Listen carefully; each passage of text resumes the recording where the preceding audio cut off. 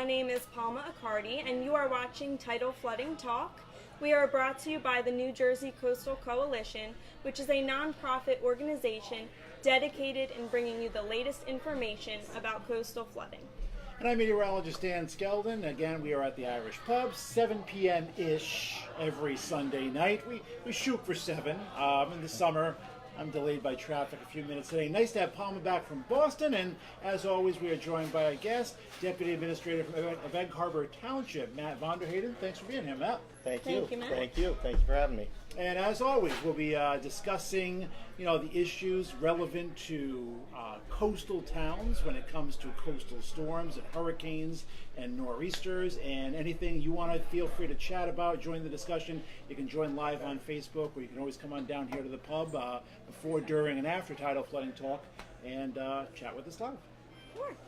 Now, Matt, can you tell us a little bit about your background and, of course, how you got started working with flood mitigation? Sure, Palma. So I have an MBA in Finance Accounting and an MPA from Villanova University. So when I first started in governmental work, I actually worked for the Atlantic County Utilities Authority. And as I worked my way up, I was fortunate enough to get a position in Ocean City as a manager of capital planning. And that's where I had my first experience at the municipal level with flooding and the CRS program. As I worked there, I started to learn more about flooding as far as roads, drainage with the city. I was able to apply for a number of grants for the city to help them with some projects that they have. And then the opportunity in Egg Harbor Township arose where I was able to take on the position I'm at now as the Deputy Township Administrator. And that's where I'm at. When I came into the township, they were already midway into their CRS program. So Pat Nachione, who's the construction official and zoning official for the township, and I, along with a consultant that was through a grant that the township had with the Department of Community Affairs, we went through and we continued to put the documentation together for the township and work towards their CRS ranking. I know we're going to talk about it a little bit later, but we got in as a Class 5. So we worked towards that, and that's how I really became involved in it. Went back and got my certified floodplain manager, which I know we're going to talk about, so I'll cut it short there. Now, how does, everyone thinks tidal flooding, they think Ocean City, they think Atlantic City, they think coastal, barrier island towns. Egg Harbor Township, I was a resident for years, big place. Right. How does tidal flooding differ, on such a big township, and when back bays and marshes and creeks and everything like that is involved, compared to, say, a barrier island like Ocean City? Well, when you think about flooding, you automatically think the flooding's coming in from the ocean, but a lot of that flooding, even in Ocean City, comes up through the back bays, and that's a big part of it. So the townships, one of the township's main sections where we see flooding is West Atlantic City. It's kind of like tidal flooding central sometimes. So first place it floods, right? Oh, definitely. And we've actually done, as a part of our CRS program, a study on West Atlantic City, and what they refer to in FEMA talk is RL and SRL properties. That's repetitive loss and severe repetitive loss properties. And what that does is we look at those properties for areas where we can help residents in those areas to elevate their homes, or other programs that are out there that can help with, especially when you get a Superstorm Sandy in those areas, how can we help those residents mitigate flooding going forward?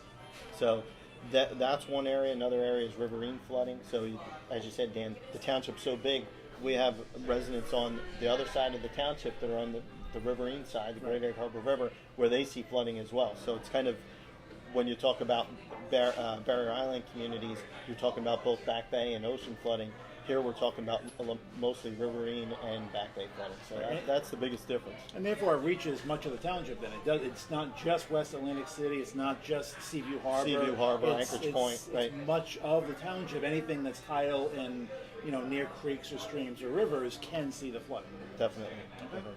Now, during your time working for Ocean City, you did specialize in finding grant money for the city. Mm-hmm. Can you tell us how to maybe, successfully receive a grant for a city? Well, when I was in Ocean City, we looked at both capital projects and grants as a part of the position. grants are different in each one that you get. So we just went through the process with the Coastal Coalition of helping for the Resilience NJ grant. That had a specific set of guidelines, eligibility criteria that help you decide on whether the grant's appropriate for what you want to do. And each part of the grant tells you, okay, there's specific checklist items that you have to do as a part of that. So you have to write a narrative, you have to be able to pull in a number of different things.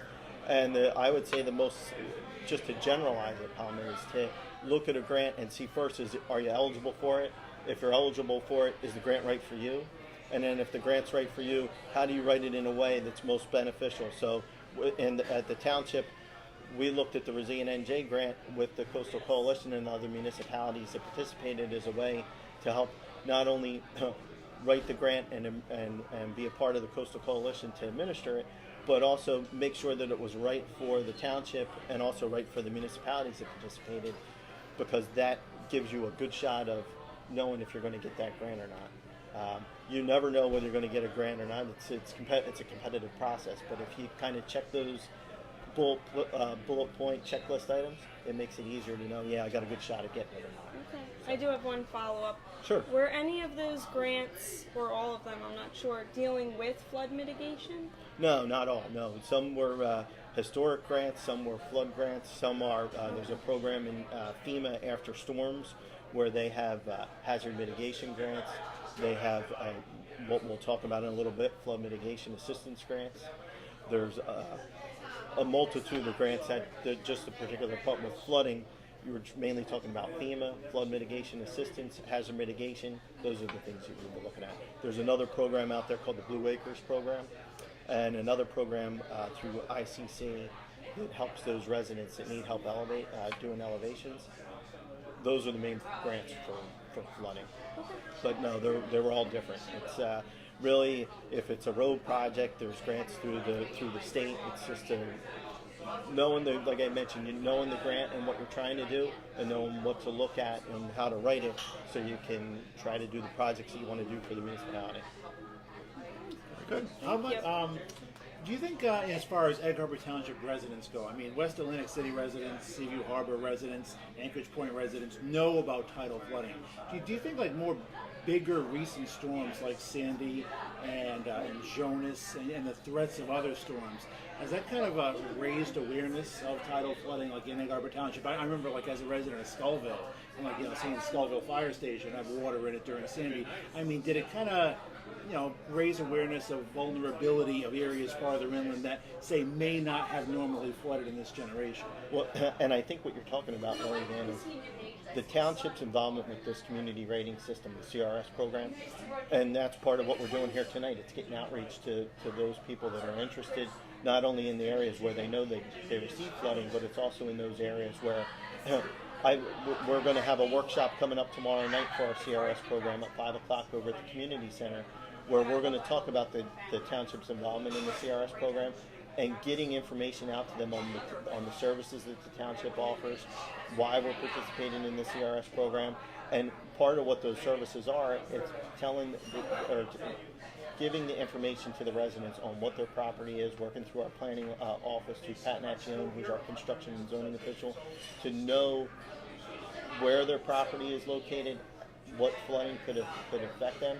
And then the township also offers the service where Pat and his either Pat or I or one of the inspectors can go out and take a look at the property and say, these are things that you may want to consider as you're trying to mitigate your property for flooding. So getting the word out there and spreading awareness is probably one of the most important things and probably biggest challenges of your job. So this workshop tomorrow, just can you give the address and time and what that involves once again, just for the viewers? The part of the outreach that you mentioned, we have done letters out to all those residents who are eligible under the RL and SRL properties. We've also we do regular community outreach events. So last week, Pat and I were out at our national night out to talk about the community rating system and the services that the township offers. Tomorrow night specifically, we're going to be at the community center, which is 5045 English Creek Avenue in Egg Harbor Township. And and we'll be there at 5 o'clock, and we'll probably be there about an hour. Basically, what we're going to talk about is the township's community rating system. We're going to talk about the services that the townships offers, the map, and then inspection services. The PAC goes out and does a site visit to the property. We're also going to talk about the program. So there's the Blue Acres program, there's the Flood Mitigation Assistance Program, there's the ICC money. We're going to talk about those. We're going to talk about, we have another line item in there that we're going to talk about with the New Jersey Clean Energy Program. There's things where, since we have the homeowners out, we're going to talk about other programs. Palma, you mentioned what other programs do we look at. The New Jersey Clean Energy Program offers a lot of residential programs to help residents upgrade their homes. So that's talking about LED lighting, HVAC, improvements to their homes, sensors in their homes. So we're going to talk about that as well. And then we're just going to talk about the resources and basically gather people's information. So when these programs come out, the FMA program, the Flood Mitigation Assistance Program I mentioned, that program was just announced about a week ago. So we want to gain the residents' information so we know, okay, these residents are interested. Now we need to know who we can go back to and ask for the information that we need to be able to put these applications together. And that's part of the reason for the workshop, part of the reason why we do the outreach events that we've done in the community, and part of the reason why we send the letters out, because we wanted to make sure, and this comes up from our township committee, from Mayor McCullough and all the members of the township committee, Peter Miller, who's my boss, the township administrator, getting that information out to the community for those residents that are eligible for it, to make sure they're aware of what they can take advantage of. And then just one quick follow-up. Sure. This is the last one. Sure. What's the reception of residents who, you might have been confused or unaware, or just all these resources are there? What do you find the reaction is through these programs and through this outreach? Typically, so I've been with the township about a year and a half now, Dan. We had a workshop last year. As a part of our CRS program, we have to have one workshop a year. Last year we had about 5 property owners come out that were eligible.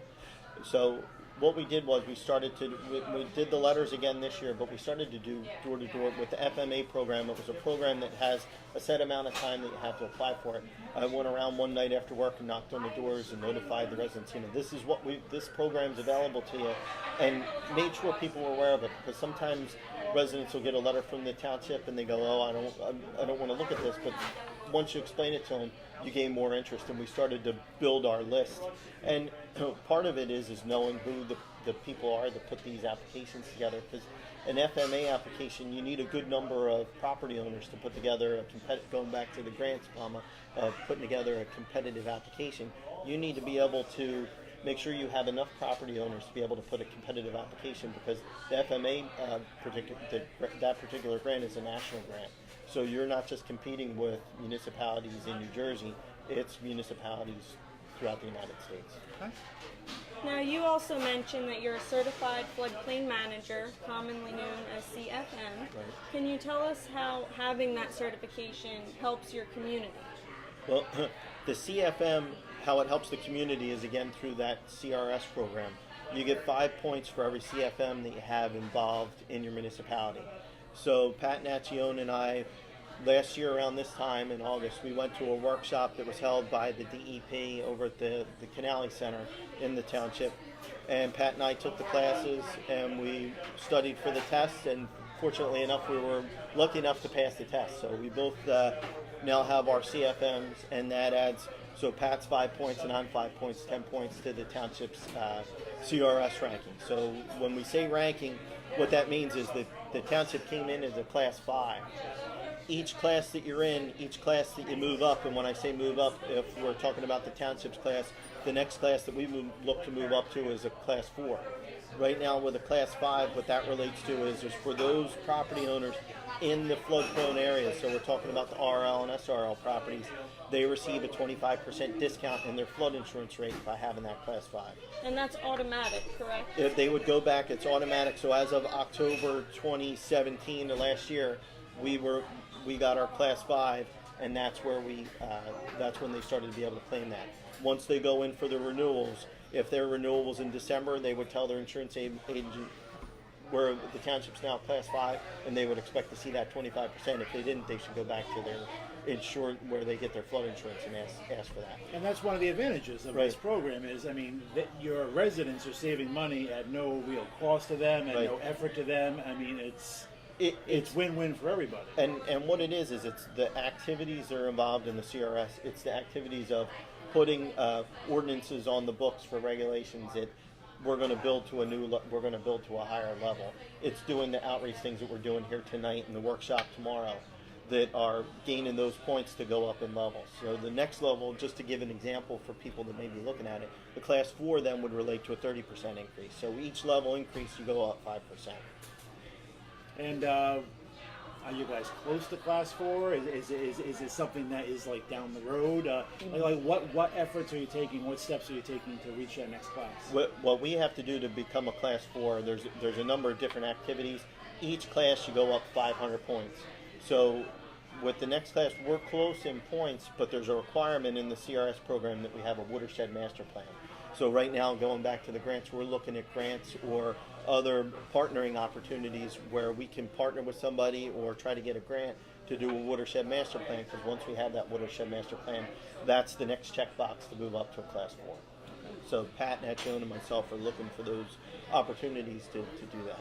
And we all know from our Coastal Coalition meetings, Class 3 is the apex right now, right? Apex right now, and that's our friend in Sea Isle, Neil Byrne. He's done an outstanding job of getting to that point, and that's what I think all the municipalities in this area are striving for. And that would be 35%. And that's 35%, correct. That's a huge savings. Absolutely. And just to put that in numbers, when we first were involved, we thought we were going to come in at a Class 6. That was roughly $130,000 annual savings to the residents in the township that were RL and SRL that could take advantage of that. But going up to the Class 5, it's roughly $160,000, so it's $30,000 in savings.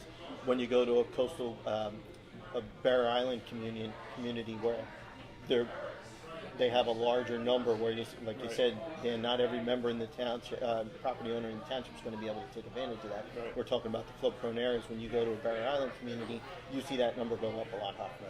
Okay. Now, working in administration, how do you prepare your community for a coastal flooding event? And of course, how do you deal with the aftermath? So in Egg Harbor Township, our police chief, he's our emergency management coordinator. But what happens is after a storm, we mentioned FEMA, we had just to give it as an example, it didn't actually come to fruition, but we had that large snowstorm back this past winter. We roughly got about 15 inches of snow. What we do to plan for that is, while the event is going on, we want to make sure that we keep the documentation in place, because there's a program called public assistance that's out there. And if a storm got called, like in Hurricane Sandy, public assistance, the governor declares the event. It goes to the president, and then the president decides on whether the storm will be declared or not. If it is, then it opens up this public assistance category, and that's where the township would go back and they've documented, okay, this much debris was caused by the storm, this much overtime was caused by the storm. Though this is a more of a reimbursement type of grant, but you can put in for those things, and FEMA typically they have to approve it, but they will approve it under what they call a project worksheet. And they come back and they'll give you those things like overtime, equipment use to clean up after the storm. If you had to hire a contractor to, and your insurance doesn't cover it, they'll cover those costs to the contractor to get debris out, repair buildings if a roof was damaged, repair those things. And that's something that most municipalities will take advantage of from time to time. In an Egg Harbor Township, I mean, did Sandy qualify? Did Sandy did qualify. No, that did. All the storms you mentioned, Jonas, that qualified. Okay. So typically what's seen with that is the overtime for having the employees out on the streets. So Public Works, the police department, the equipment use for the vehicles that's out there, and then contracted use for, like I said, things there was water damage to the township's building, so things like that for contractors to come in and fix it, that would be typically covered. Now, if you are watching live on Facebook, you're welcome to chime in and ask questions for our guest or for Dan or myself. Do we have any questions? Some compliments, some comments, some thanks. Angela Gonzalez says hello. Troy Eddy says, if another Sandy, is South Jersey doomed? I don't know if, it can be worse than Sandy. I mean, Sandy was bad. I mean, if we have our worst case scenario, I don't want to say we're doomed, because we have people like Matt, emergency managers, the Coastal Coalition, and meteorologists working to prepare us for our worst case scenario. But I think it's important to note that storms like Sandy and storms worse than Sandy can and probably will happen again, and that's what you guys are always working towards, right? That's part of what we're planning for. So the township, you mentioned the Coastal Coalition. The township's involved with the Coastal Coalition. We have one of the things that I didn't mention was the program for public information. So the township's in a unique scenario with our CRS program where we actually have two PPI. They call it a PPI. So the program for public information they refer to as the PPI. The township has our own specific PPI, and then we're part of the multi-jurisdictional PPI, which is part of what the Coastal Coalition has done. And the reason why we're a part of both is when we came into the CRS program last year, we had our township-specific PPI, but the benefit of being involved in the multi-jurisdictional, which is part of what we're doing here tonight, is to find those different outreach mechanisms and partnership opportunities, going back to the Resilience NJ grant. By being a part of the Coastal Coalition, we have those partnerships formed with all the different municipalities that are involved.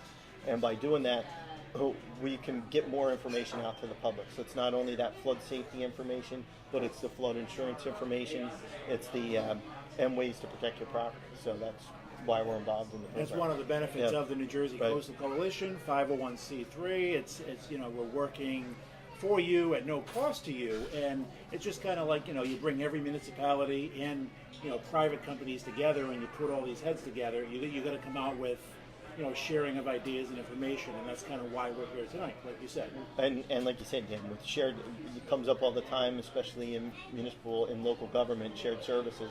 This is a way that the municipalities are coming, meeting together, and pulling our resources to say, okay, this has happened to you on the Barrier Islands, this has happened to us in the Back Bay communities, and tying those things together. So it's a great thing that's out there. So that being said, do you find that our communities are more so learning from Superstorm Sandy rather than just, the old fix and forget method? I think we're learning from each other because, as we mentioned, CIL cities at that class 3, well, there's a number of municipalities that haven't gotten to that level yet. So we're able to reach out to a Neil Byrne from CIL City who's gone through that process and say, okay, Neil, what did you do? How did you get to the point where you got your watershed master plan? What kind of funding streams did you get? What things did you look at to try to do that? And then the municipalities that are at the level 9 through where we're at 5 go, okay, all right, that's how they did it. Let's take a look at theirs, and why reinvent the wheel if it's already been done? Let's go to what they've done and piggyback that and start to work So in that so direction. like 2 heads better than one, whatever, 19 Right. towns and townships and municipalities are better than one. Or better So than one, right? Absolutely. Yep. A couple of weather / storm related comments. When is the humidity backing off, Ben Murphy? Probably fall. I don't see any break for the next week or two. Several comments on all the thunderstorms, which have caused flash flooding. Not necessarily tidal flooding, but a very wet day yesterday, and of course that leads to poor drainage flooding, and that's something we address and talk about as well. Thankfully today, a little quieter. The flooding's been a little farther inland, although Vineland, Millville area getting hit hard today. Thunderstorm chances continue tomorrow, Tuesday, then will diminish, and Wednesday, Thursday will be some rare, entirely dry days.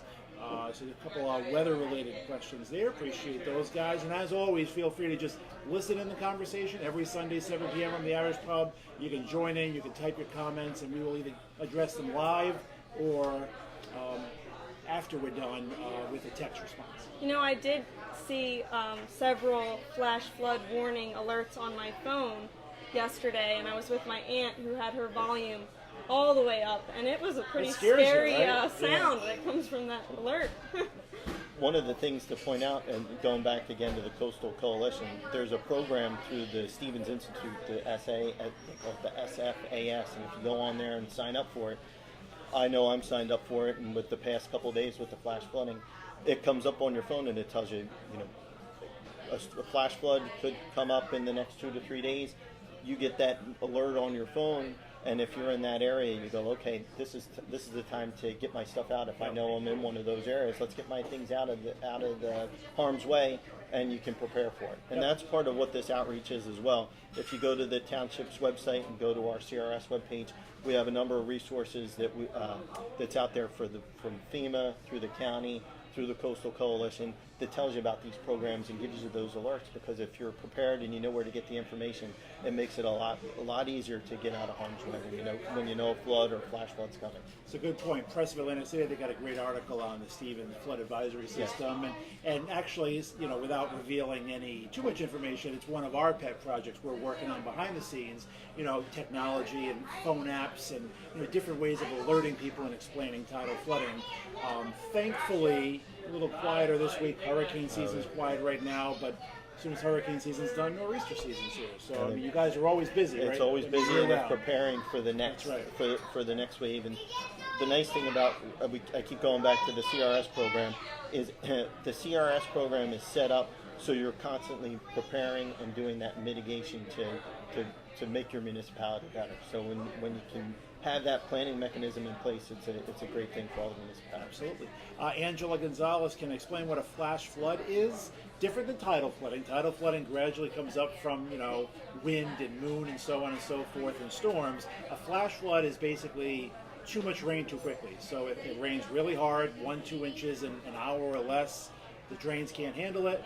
Flash floods happen. They can happen anywhere. Barrier Island, any section of Egg Harbor Township, any section of the mainland, and we see them coming. If the conditions are right, we'll issue a flash flood watch, and if conditions are supporting a flash flood, you'll get a warning, and your phone will blare loudly thanks to technology, and that's automatic. A flash flood warning, your phone automatically blares loudly. That and a tornado warning are the two where your phone automatically sounds. But we're talking with Deputy Administrator of Egg Harbor Township, who's our guest today, and want to thank everyone for the great questions and comments. Kristen Kaiser, hi to you.